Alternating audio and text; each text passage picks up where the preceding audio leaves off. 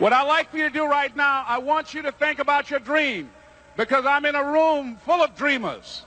Think about your dream right now. I want you to think about it and envision it. Now, ladies and gentlemen, let me share something with you.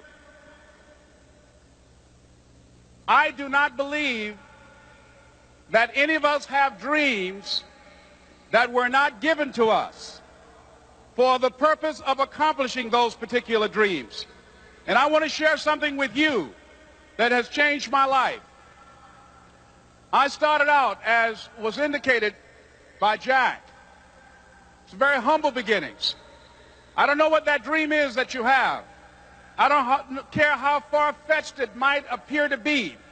I don't care how disappointing it might have been as you've been working toward that dream. But here's what I know, that that dream that you're holding in your mind, that it's possible. Let's say that together, please. It's possible. See, sometimes we can't say, I can do that. But what we can say, that it's possible that I can have my dream as we run toward it, as we work on it day in and day out. No one, ladies and gentlemen, could have convinced me when I started out just over 6 years ago, working on my dream, and I want you to think about whatever your dream is, because I was willing to take a chance, and most people won't do that. Most of the people that you talk to try and bring them into the business, these are not risk takers. Most people have done all that they're ever going to do. They raise a family, they earn a living, and then they die. But people who are running toward their dreams, life has a special kind of meaning.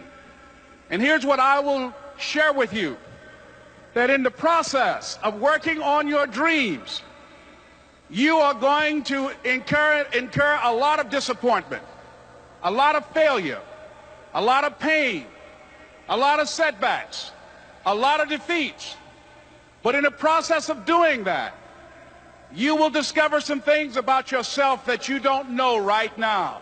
What you will realize is that you have greatness within you. What you'll realize is that you're more powerful than you can ever begin to imagine. What you will realize is that you're greater than your circumstances, that you don't have to go through life being a victim.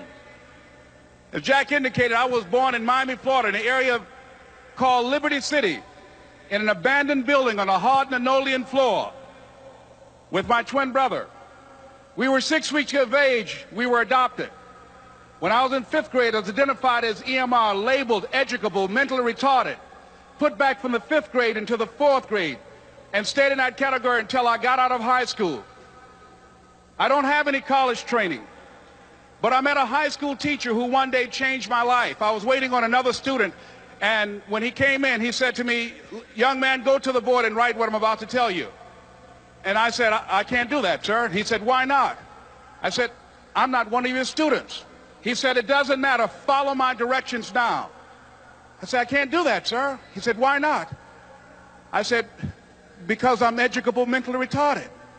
And he came from behind his desk and he looked at me. He said, don't ever say that again. Someone's opinion of you does not have to become your reality.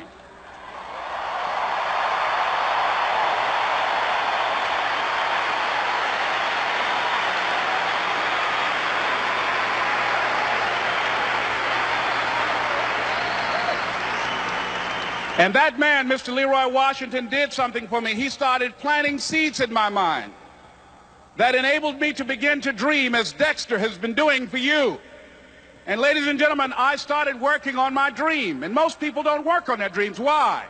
For many years I didn't. One is because of fear. The fear of failure. What if things don't work out? And the fear of success. What if they do and I can't handle it? The other thing is that most people, ladies and gentlemen, they get comfortable. They stop growing, they stop working on themselves, they stop stretching, they stop pushing themselves, and they end up becoming very cynical about life, and they throw in the towel on themselves and on their families and on their dreams. And the other thing is that most people don't feel worthy. What I'm doing now, I could have been doing years ago. But because I did not have a college education, because I didn't believe in myself, because I allowed other people's opinion of me to control my destiny, I didn't act on my ideas. So I applaud you for your dreaming, for your running toward your dream. I applaud you for believing in yourself, because that's what life is about, stretching and challenging, looking for ways that you can begin to improve yourself. And ladies and gentlemen, as a result of stretching out, of acting on my dream, and I don't know what that dream is for you, I can tell you that it's possible. No one could have convinced me that after just over 6 years, I would have my own book entitled Live Your Dreams. Just over 6 years, I would have 5 specials on public television. Just over 6 years, I've done motivational speaking for AT&T, Procter & Gamble, McDonald's Corporation, Xerox, IBM. Just over 6 years. I will now have my own talk show that will premiere on Monday, Labor Day. I'm saying to you, your dream is possible. Your dream is possible. But not only is it important that you believe and begin to know that it's possible for you to live your dream as you run toward it, but I've done something that I want to share with you called Choosing Your Future. In fact, I've developed a set of tapes talking about how to begin to create your own reality by choosing your future. And not only is it important for you to know it's possible for you to choose your future, but it's necessary that you work on yourself, that you develop yourself. It's necessary that you get the energy drainers out of your life, people who don't want anything. It's necessary to know that everybody won't see it, that everybody won't join you, that everybody won't have the vision. It's necessary to know that a lot of people like to complain, but they don't want to do anything about their situation, that you are an uncommon breed. You know, you have to know within yourself that I can do this. Even if no one else sees it for me, I must see it for myself. That's necessary.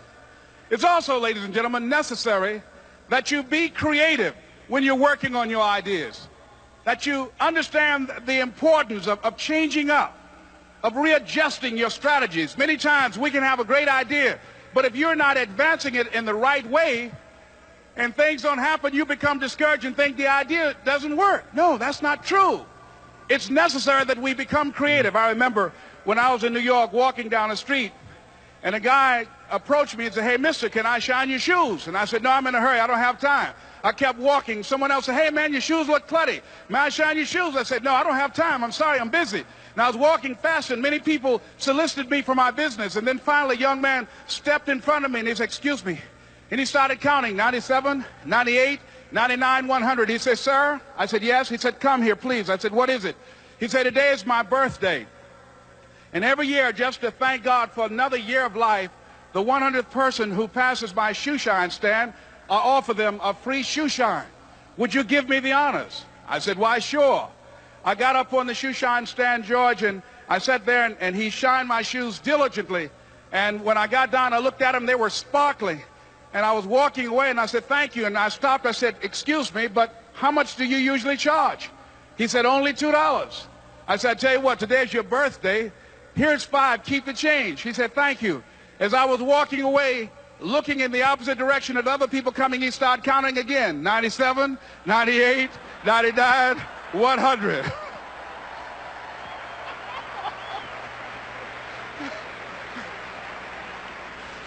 It's necessary that you be flexible, that you are always thinking of how can I improve this better. This is a customer-driven economy. It's necessary for you to always explore various ways in which you can improve the quality of service that you're providing for the people in your organization. I remember something, a major company had talked about the extra value service they were providing for their customers. And the lady who had the news conference summarized it this way. She said, "It's not our intention to satisfy our customers or to please our customers. Our intention is to amaze them."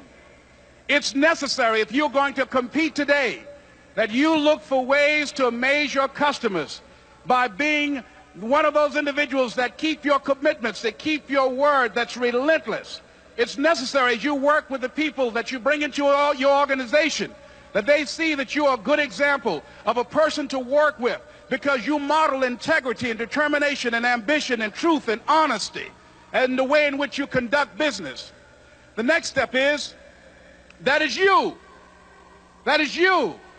That no one can do it for you but you. And even though you face disappointments, even though you will experience some setbacks, it goes with the territory. You must understand that. I remember I was playing a game with my 9-year-old son, John Leslie, and I beat him 10 straight games in a game called Connect 4. And finally, I said, John Leslie, I'm bored. I don't want to play you anymore. And I got up. I said, I'm ready to go to sleep now. And repeat after me, please. Let's say this together. It's not over until I win. John Leslie said, no, you can't go now, Dad. I said, why? He said, it's not over until I win. That was his attitude. We sat down and we played several other games. And finally, after the 11th game, John Leslie won, and he got up and he yawned. And he said, I'm ready to go to sleep now. And I'm saying to you, what if all of us took that attitude after we face a rejection and a no, or we have a meeting and no one shows up, or somebody say, you can count on me, and they don't come through? What if we have that kind of attitude? The car's repossessed. Nobody believes in you. You've lost again and again and again. The lights are cut off, but you're still looking at your dream, reviewing it every day, and say to yourself, it's not over until I win.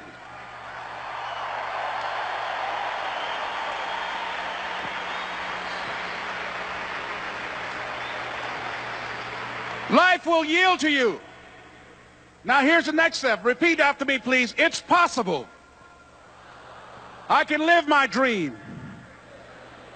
It's necessary. I work on myself. Surround myself with winners. Become creative. It's me. I've got to make it happen. It's not over until I win.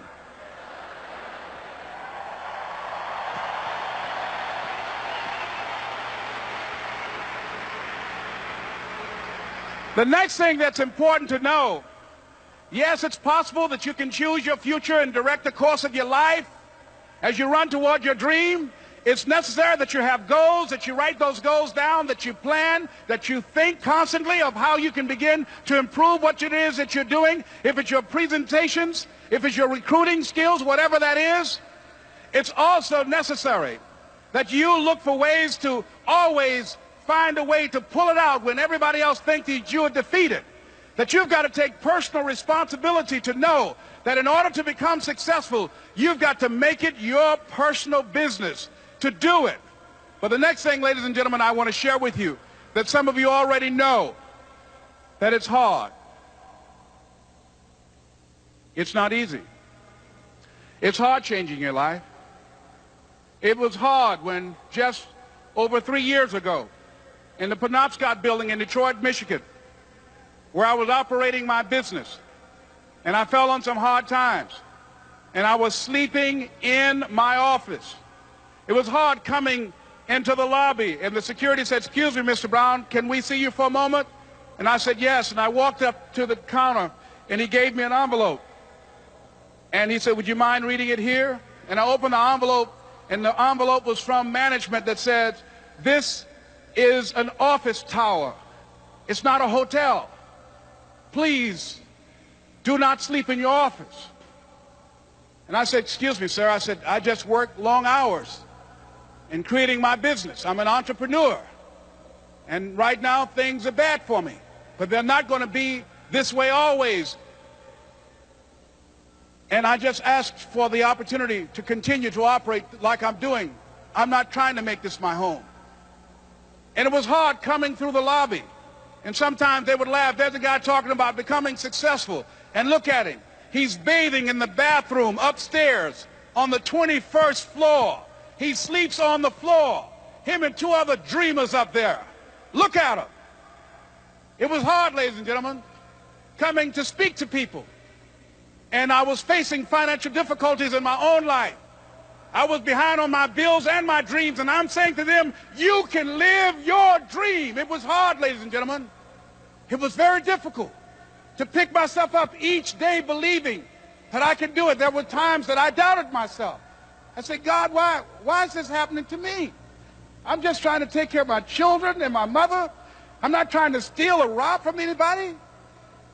Why did this have to happen to me? It was very hard. And here's what I want to say to you. For those of you that have experienced some hardships, don't give up on your dream. No one could have convinced me by holding on, by continuing to push forward, by continuing to run toward my dream, that one day I would have my own talk show. It's a long shot, ladies and gentlemen, from Liberty City, an abandoned building on a floor, never knowing my mother or father. It's a long shot. Being here with you today in this dome in Atlanta, it's a long shot. No college training, labeled educable, mentally retarded, but I kept running toward my dream.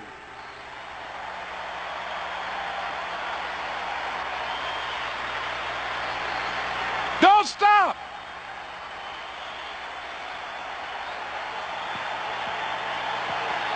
Don't stop.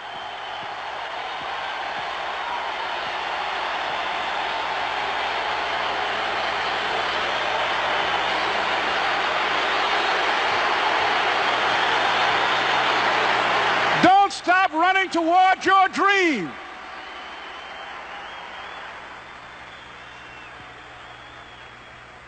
It's very important as you hold on to that dream.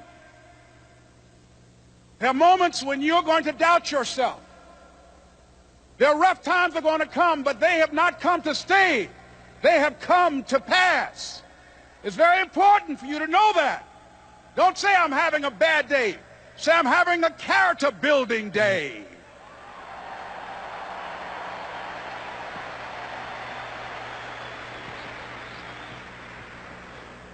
It's very important for you to believe that you are the one to make this happen. I remember this high school teacher, Mr. Leroy Washington, at the end of school one June, it was just a few days before we were supposed to leave, and I just got my report card, and it indicated that I'd failed history, and I'd failed English, and I would have to go to summer school. And I was feeling within myself that I was a failure, that I'm slower than most people in getting paperwork, and I was feeling down on myself and very negative. And Mr. Washington was giving a speech to the graduating seniors, and I was in 11th grade. And even though I wasn't supposed to be in there, I went in there because the speech he was giving, that speech was for me. And as he talked, my heart began to beat fast. Tears began to run down my eyes, and I was in the back just listening to him because he said, and he was a very dramatic man. I still talk to him to this day. He said, as graduating seniors of Booker T. Washington High School, I want you to know that you're blessed and highly favored, and that as you go toward the future, begin to know that you have greatness within you. And if just one of you here begin to envision yourselves as being blessed and highly favored to reach your goals, if just one of you capture the essence of what that means, that you have greatness within you and a responsibility to manifest that greatness, that you can make your parents proud, you can make your school proud, you can touch millions of people's lives, and the world will never be the same again because you came this way. And the students gave him a rousing standing ovation. And as he left the auditorium, I ran down the steps and I caught him in the parking lot. I said, Mr. Washington? He said, yes. I said, do you remember me, sir? He said, no. I said, my name is Leslie Brown. My mother, she works in the cafeteria here. I'm one of the twins, Leslie and Wesley. I said, Mr. Washington, but you know, I got these big dreams. You know, I like talking to people. I love people. I said, I want to work with people, and I got this dream of buying my mama a home. Could I do that, Mr. Washington? He said, it's possible, Mr. Brown. And as he walked away, I called him again. I said, Mr. Washington? He said, what do you want now? I said, I'm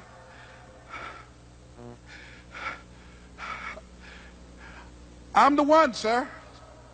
I said, I'm the one. You remember me, sir. I'm Miss Mamie Brown's boy. I'm the one. I'm the one.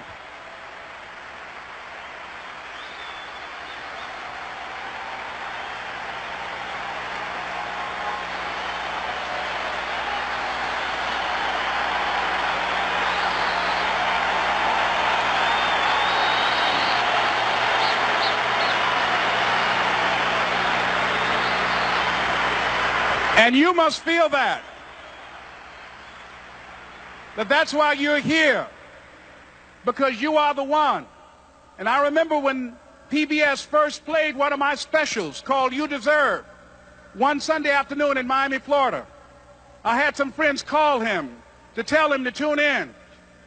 And he watched the program. He called me in Detroit, and I answered the phone. And I said, hello. He said, may I speak to Les Brown, please? I said, who's calling? He said, you know who this is. I said, oh, Mr. Washington, it's you.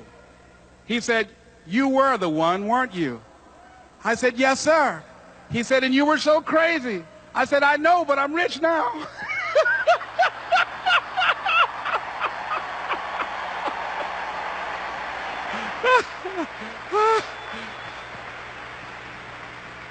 Ladies and gentlemen, it's not going to be easy. It was hard laying on the floor of the Penobscot building, looking out of the window, daydreaming, saying, Les, can you do this? Can you make this happen?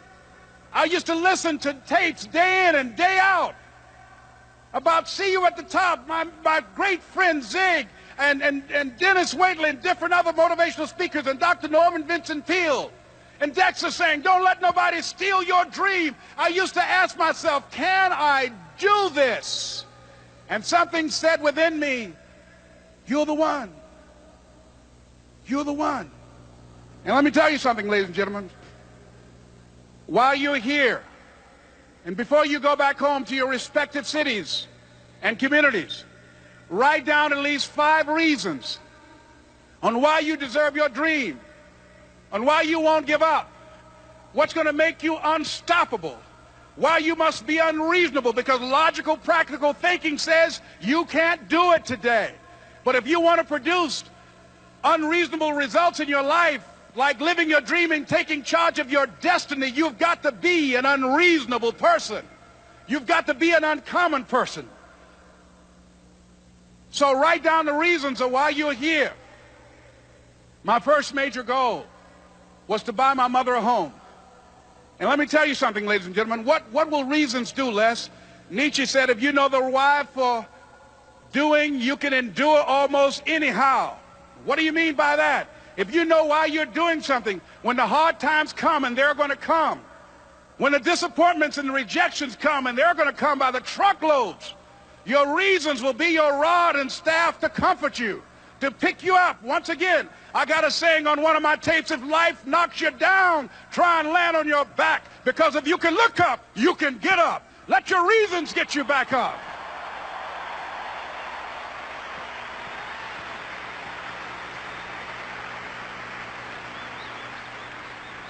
I remember when I bought the home for my mother, and she came out of the car. When I opened the door, I said, Mom, I think I know these people in this house.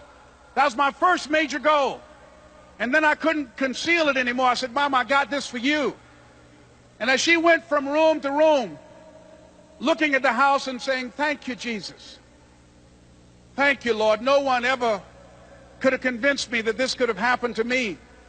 And she looked at me, she said, Leslie, and you caused me so much problems as a boy. You were always into stuff.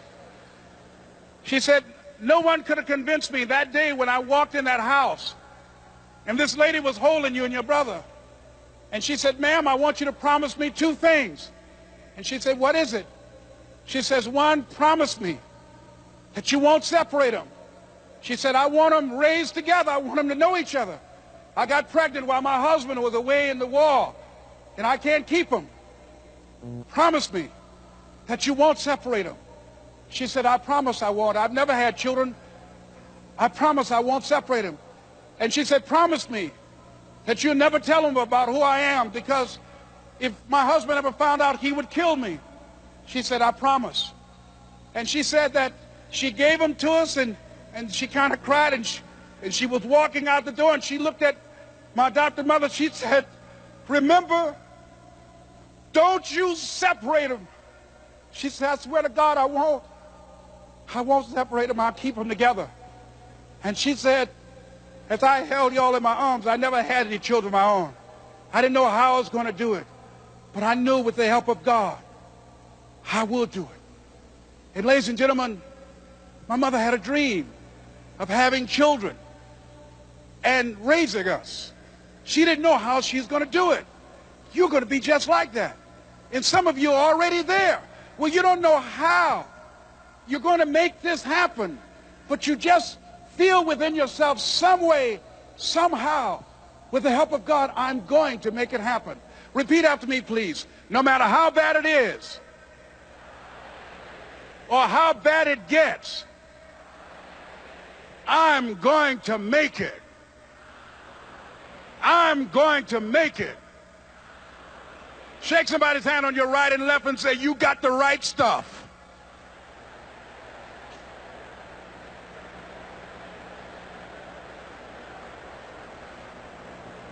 So yes, it's possible for you to live your dream. It's necessary that you associate with winners, that you work your system, that you are relentless, that you never give up. It's you. You've got to take personal responsibility. You've got to make it your personal business to make it happen. And you've got to resolve within yourself that I can do this, that it's hard, but you've got to say, I'm the one. I'm the one to make this happen. I'm the one to become successful in this business. As you work to help other people to become successful, that feeds your success. But you know it's going to be hard, but find out what will make it worth it for you. So, ladies and gentlemen, if you want to make your dream become reality, the people that are running at their dreams know that it's possible that you can live your dream. That it's necessary, that you're relentless, that you have a plan of action, that you are creative. The people that are living their dream are finding winners to attach themselves to. The people that are living their dreams are the people that know that if it's going to happen, it's up to them. And they're resolving within themselves, it's not over until I win. The people that are running after their dream know they're going to have hard times. They keep on running because they're saying within themselves, I'm the one. I'm the one. No matter how bad it is or how bad it gets, I'm going to make it. The people that are running after their dreams are the people that are hungry. Shake somebody's hand on your right and left and say, you got to be hungry.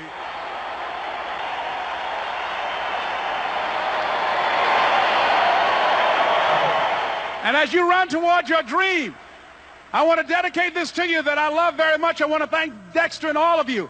It's something that I'm known by. It's on our tapes called Choosing Your Future, and it says simply this, that if you want a thing bad enough to go out and fight for it, to work day and night for it, to give up your time, your peace, and your sleep for it, if all that you dream and scheme is about it, and life seems useless and worthless without it, and if you gladly sweat for it and fret for it and plan for it and lose all your terror of the opposition for it, and if you simply go after that thing that you want with all of your capacity, strength and sagacity, faith, hope, and confidence, and stern pertinacity, if neither cold poverty, famish, or gulf, sickness, or pain, or body and brain can keep you away from the thing that you want, if dogged and grim, you besiege and beset it, with the help of God you'll get it. This is Mrs. Mamie Brown's baby boy, Leslie Calvin Brown, saying, it's been a plumb pleasing pleasure, as well as a privilege. Thank you.